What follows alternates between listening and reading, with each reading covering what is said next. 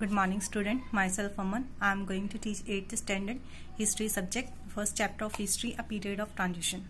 Transition means change, revolution, development.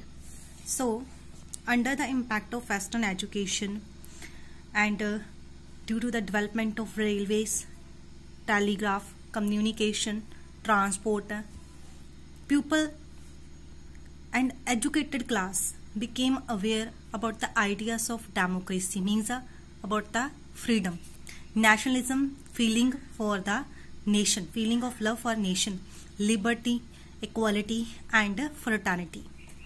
A number of development which were interrelated took place mostly in the in between period of 14th to 17th century. So the period of 18th century was known as a period of transition in Indian history. So period of transition means change in the mind of the peoples under the impact of western education and due to the development of transport and communication. In the period of transition and during the 18th century, two terms were developed. First one, Renaissance, and second, Reformation. Reformation means refer to movement against certain practices of Catholic Church and the authority of the Pope. Means people refused to think and accept anything blindly.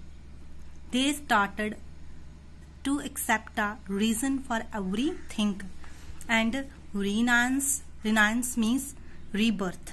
There was development in art, literature, religion, philosophy, politics, and it was a development of modern science. It gave rise to new ideas among the peoples. People began to question everything and did not accept everything they were told. Means they developed a spirit of inquiry, spirit of scientific research. So the main feature of Renaissance were the following. First one, rationalism. Rationalism means the scholar of this period were rationalist, means they refused to accept anything blindly. They wanted rational behind everything, means a reason for thing. Second, humanism. It means they emphasized that all human beings had a right to express themselves freely, to develop their talents, to think freely and to live life happily. And the next topic is the Industrial Revolution. Industrial Revolution means development in the industrial infrastructure and production of more and more goods, production of maximum goods at a minimum cost and to earn a maximum profits is called a Industrial Revolution. Desire to produce more goods at a low cost to make higher profit led to Industrial Revolution. And Industrial Revolution firstly began in England in about CE 1750. Industrial Revolution means when the work of man in the production of goods and commodities was done by the machines instead of workers. So there were many machines in use before like a plow, air pump, printing press and spinning wheel, etc. So Industrial Revolution changed the men's way of living and thinking all over the world. Under the Industrial Revolution, now production was carried on in a factory with the help of machines, the help of simple tools, and facilities for the production were owned, managed and provided by the capitalist, means the person or people with money to invest in the further production, means owner of the factories. Everything required for production was provided by the capitalist for the worker. Everything belonged to the owner of factory, including the finished product, and worker worked for wages, and this system was known as a factory system. So Industrial Revolution brought the people together all over the world and helped in production of surplus goods at a larger scale. And the topic of same chapter, chapter number 1, period of transition of history, And next topic is imperialism. Imperialism means practice of establishing a country's rule, and dominance means country's control over the economic and political life of people of another country is called imperialism. Under imperialism, imperialist country is called the mother country, whereas the subjugated country that is under control is called a colony. So imperialism means when one country practice their rules and regulation and control over the economic and political life of the another country is called imperialism. Then causes of rise of imperialism in the Asian countries and among the other countries. First one, modern means of transport and communication enabled and facilitated the acquisition of colonies. Acquisition means development of colonies in the Asian countries and in some part of Europe. Then growing demand for huge amount of raw material to feed the new industries in England and Europe also led to imperialism. Then surplus production of varieties of goods, need for overseas market. Overseas market means Asian countries market. That is proved to be a basis of imperialism. New geographical explorations and discoveries also led to rise of imperialism in the Asian countries. Then Christian missionaries also played very important role in spread of imperialism in some part of European countries and among the Asian countries.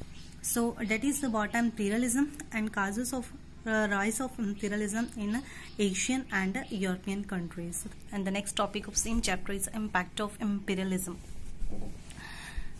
Impact of imperialism. First of all, on the negative side, imperialism led to impoverishment of Asian and African countries. They were economically exploited, means European countries imported raw materials to the Europe countries. Their raw materials were sent to Europe and they became markets for the finished goods and production in the European countries. It means Asian countries became a center of raw material and European countries became a center of finished goods. So in this way, these countries, Asian countries, were economically exploited. Badly they were exploited.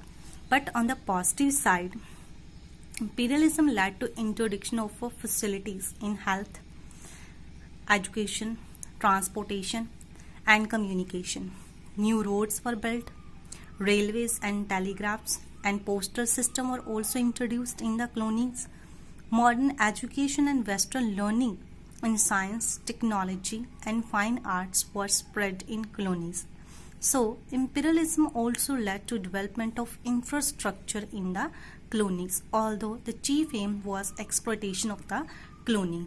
So that was impact of imperialism, negative impact as well as a positive impact among the Asian countries. Chapter number first, period of transition. The next topic of same chapter, why industrial revolution began in England. First of all, England had plenty of natural sources such as iron and coal are easily available in England at a low cost.